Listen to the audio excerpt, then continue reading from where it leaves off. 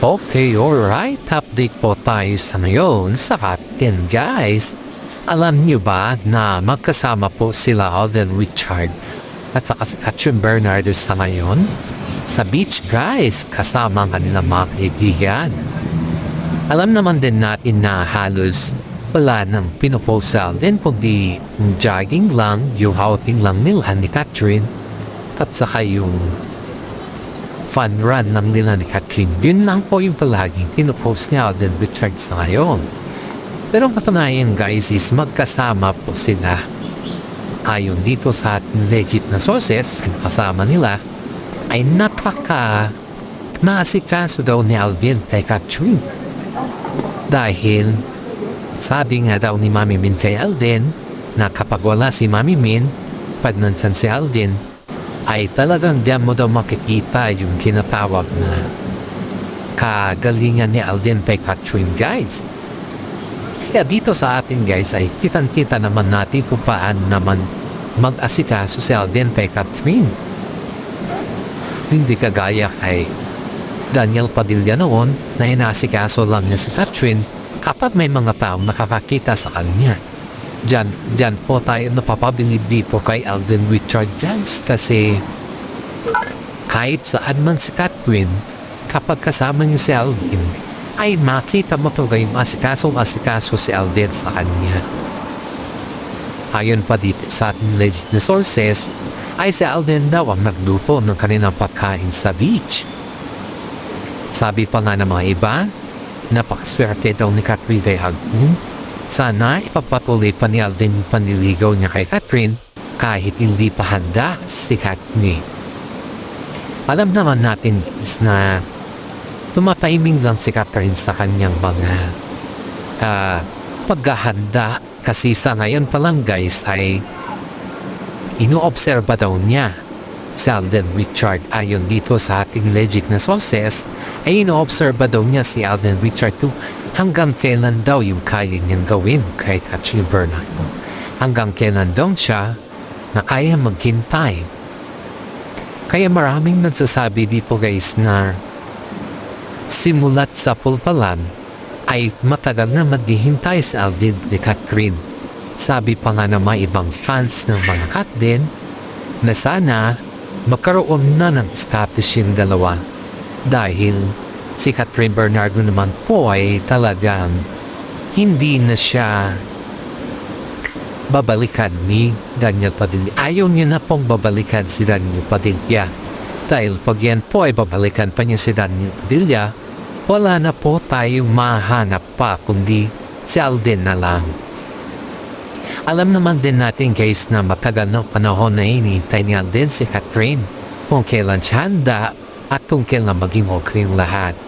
Pati nga po si Mami Min, sinabi niya mismo na kapag si Alden daw ang kasama ni Katrin, ay safe na safe daw si Katrin. Bakat. Pati si Mami Min, botong-boto kay Alden Richard. Pero may mga nagsasabi din, guys, na si Alden Richard ginagamit lang si Katrin para sa sariling niyang sikat. Hindi naman po siguro ganon si Alden, guys, kasi si Alden po ay alam naman natin na napakamatud niyang mag-isip at alam din niya ang tumatanaw na utang na loob sa kapwa. Kapag iyan po ay sumikat talaga, kinatanaw po niya ng utang na loob. Kaya di po kay Katrin, laking pasasalamat ni Alden kasi mas lalo siyang sumikat ng tambal niya si Katrin, guys. Matagal na pala, guys, na umamin si Alden Richard kay Mami Min na gusto niya si Katrin. Pati rin pala sa daddy ni Katrin, guys, matagal na rin palang umamin si Alden dun. Kaya alam po, guys, ay sabi daw ng parents ni Katrin kay Alden ay botong-boto sila kay Alden. Pero hihintayin pa lang yung pagka-okay na ang lahat kay Katrin. Kasi sa 12 years ba naman nila ni Daniel Padilla, kasi hindi naman po yung basta-basta. Yung 12 years na yun, guys, ay wala na yung kay Katrin. Pero yung memories lang kasi yun lang yung pinanghahawakan ni Katrin. Pero wala nang panahon para makipagbalikan pa si Catherine Bernardo kay Daniel Padilla guys, kasi ang parents naman ni Catherine ay hindi na sumasang-ayon kay Daniel Padilla. Alam naman din natin guys na si Daniel Padilla ay ginamit niya lang si Catherine para sa kanyang sikat at para din sa kanyang mga bahay ba, yung mga pera ba. When it comes sa mga income guys, ay yung mga business pala nila, ayon dito sa ating legit na sources ha, yung mga business pala nila ni Daniel Padilla ay wala palang nai-income masyado, kasi nga po pag tinatanong kasi ni Catherine daw yung about sa income, parang iniiba-iba ni Daniel Padilla yung usapan. Siyempre, yun pala yung kanilang business guys, ay si Mami Carla pala yung naghahawak. Kaya pala nakapag-aral si Daniel Padilla sa kapatid niya sa ibang bansa dahil pala dun sa mga business nila. Kumbaga is, ginamit lang ni Daniel Padilla din si Catherine para sa sarili niyang interes at para din dun sa kanya mga pamilya ba. Yun talaga yung katotohanan dito guys. Kaso nga lang, ang alam kasi ni Mami Min guys ay yung income ng kanilang business. Sa totoo lang guys ay hindi nangingilam si Mami Min sa business nila Catherine Bernardo at saka si Alden at saka si Daniel Padilla noon. Nagkaroon lang ng konting yung bang, kumbaga guys is nagtanong-tanong lang si Mami Min, pero ang sagot ng naman ni Catherine is okay lang. Ayun, sumasakses naman sa awa ng Diyos. Ganun lang naman yung mga sagot ni Catherine sa kanyang mami, pero hindi niya pala sinasabi yung totoong nangyayari sa kanilang business guys. Yung time lang na talagang hindi na kaya ni Catherine yung kanyang pakiramdam kay Daniel, yung halos bugbog na si Catherine sa sakit ba. Dun na rin siya nag-open up sa mami niya guys. At dun lang naman nalaman ni Mami Min ang katotohanan patungkol sa lahat-lahat ng business ni Catherine. May inutang ka pala si Mami Carla sa kanila na hindi alam ni Mami Min guys. Pati dun pala sa sports car ni Daniel Padilla, wala din alam si Mami Min dun guys ha. Isipin mo yung mga ganun na taktika ni Daniel Padilla sa kanya na ginamit niya nga lang sa kasikatan. Ayaw niya nga lang palapitin sa mga barkada nilang lalaki. Tapos ganun pa yung ginawa niya, diba? Napakasakit naman sa pakiramdam na ganun lang yung gagawin ni Daniel Padilla sa kanya. Kaya sa ngayon guys is nagkaroon na ng trauma si Catherine Bernardo. At iyon naman po ay naiintindihan naman ni Alden Richard dahil si Alden po ay napaka-mature niyang isip. Kaya nung nag-request yung mga fans na patungkol sa business, bakit hindi mag-collaboration sila Catherine Bernardo, si Kat at saka si Alden sa business kagaya ng ginawa nila ni DJ noon is hindi na nag-agree si Catherine dyan guys dahil nagkaroon siya ng trauma. At alam naman yan ni Alden Richard kung anong klaseng trauma ang nasaksihan niya kay Catherine that time. At siya din po yung nag-comfort kay Catherine sa mga trauma na nararanasan ni Catherine kay Daniel Padilla guys. Kaya nga po nahawa si Alden kay Catherine nun, kasi talagang kitang-kita mo kay Catherine na napaka-lumok niya guys. Kumbaga is kailangan niya talaga ng comfortness at iyon naman po ay binigay naman ni Alden sa kanya. Kaya lalong humanga po si Mami Min at yung daddy ni Catherine kay Alden dahil hindi niya po binikiwan si Catherine sa lahat ng bagay. Sipin niyo to guys ha. Nagkaroon ng problema si Catherine kay Daniel. Nandyan si Alden na gumagabay sa kanya. Hindi naman sa sinasabi natin na parang nakiputas ng si Alden kay Catherine. Wala namang ganun na sinasabi natin guys, kundi si Alden po ay dumating sa tamang panahon para kay Catherine. Pero ang tanong lang kasi ng mga netizen guys is bakit kailangan pa daw na mapakipot si Catherine kay Alden Richard. Aba, hindi naman siguro madali yung 12 years guys na experience ni Catherine na nagkaroon siya ng trauma sa pag-ibig, di ba? Kahit naman po siguro sino, pero kahit naman po siguro ikaw kung sakali ay magkaroon ka ng ganon na trauma. Hindi yung matatanggal, yung trauma, yung move on is matanggal yun guys kapag may nagpapatanggal. Pero yung trauma at sakit, hindi matatanggal lang basa-basa kahit taon pa yan. Kung siguro man ay mas mabisa pa yung paggawa ni Alden ba, yung kanyang approaching kay Catherine. Siguro darating din yung time na talagang matanggal na yung trauma at maging open na lahat si Catherine kay Alden Chang. Pero sa ngayon kasi guys ay iniisip na makaramihan na mas marami pa din pabor kay Alden compared kay Daniel Padilla dahil sobrang napamahal na kasi yung mga fans kay Alden Richard compared kay Daniel Padilla. Si Daniel lang kasi guys kaya naman siya napamahal sa mga fans ay dahil dala-dala niya yung Padilla na apelyido. Pero siguro kung hindi yan Padilla guys ay wala yan. Magsisimula din yan sa wala. At matatapos din yan ng wala. Pero sa ngayon kahit anong gawin ni Daniel kasi, kahit anong paninira niya kay Alden, eh wala din yan, wala din patutunguhan. Kaya maraming nagsasabi na ibigay na lang kay Alden lahat-lahat. Huwag na lang kay DJ kasi si DJ naman sa ngayon guys, tignan mo sinabi ni Catherine sa kanya na hindi na pwede. Kasi yun nga, may boyfriend na daw si Catherine. Pero walang katotohanan yung may boyfriend si Catherine para lang manahimik si Daniel guys, para lang tumigil na siya kay Catherine. Kaya pala, sinasabi nila na may boyfriend na si Catherine dahil para tigilan na siya ni Daniel Padilla.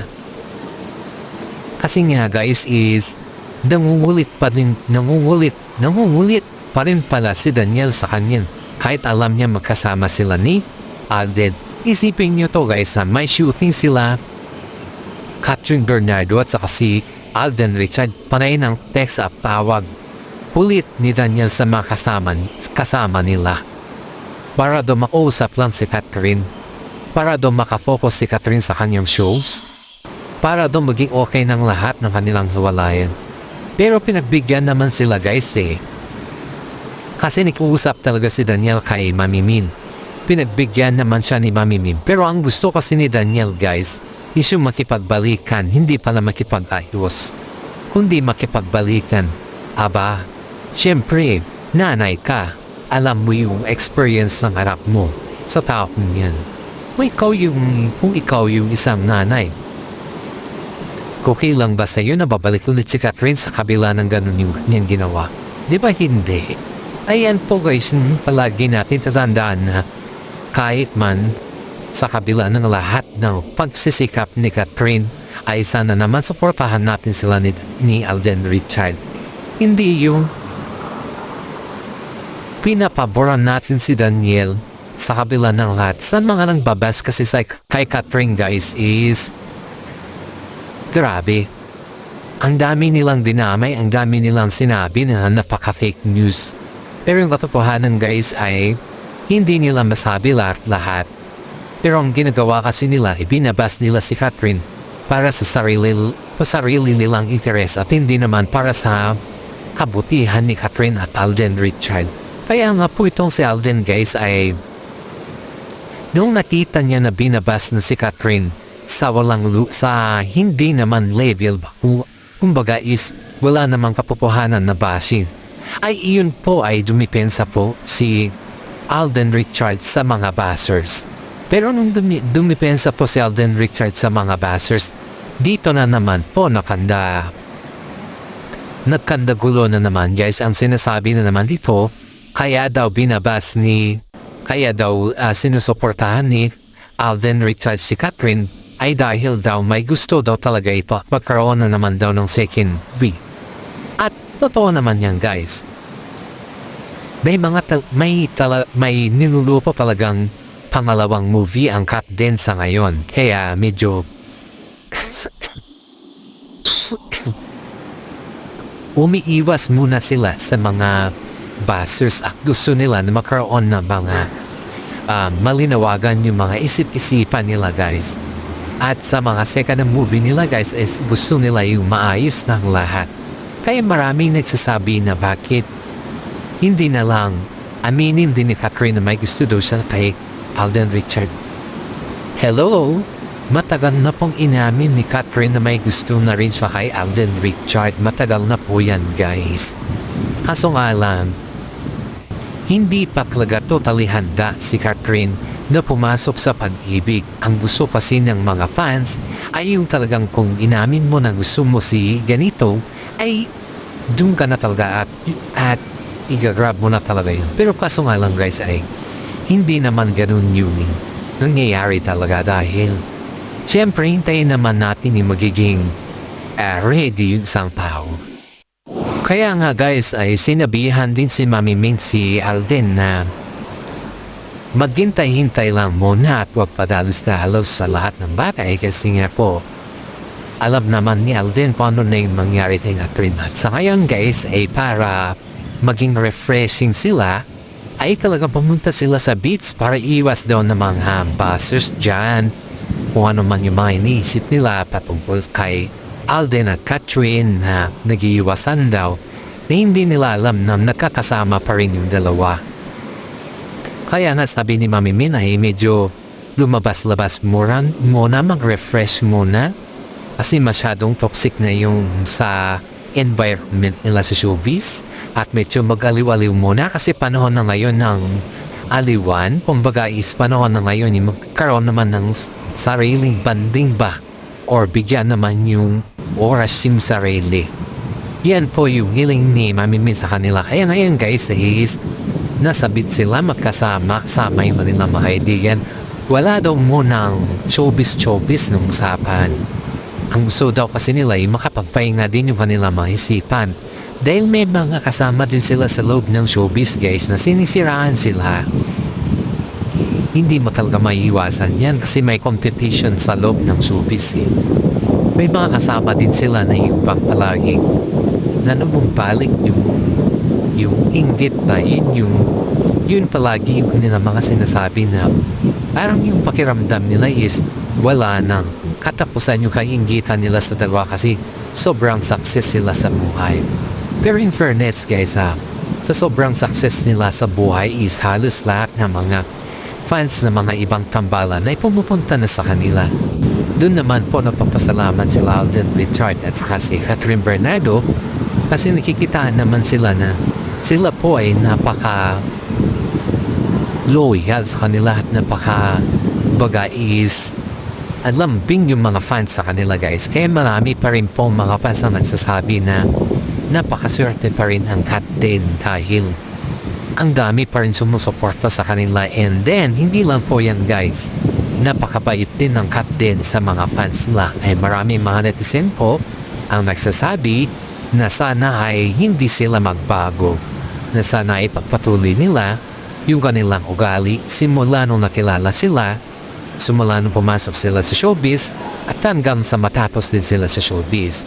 At ang hiling pa lang po ng ating mga fans ay sana ay walang magbago sa kanila, lalong-lalo na si Alden na mas marami na siyang naipatayong businesses.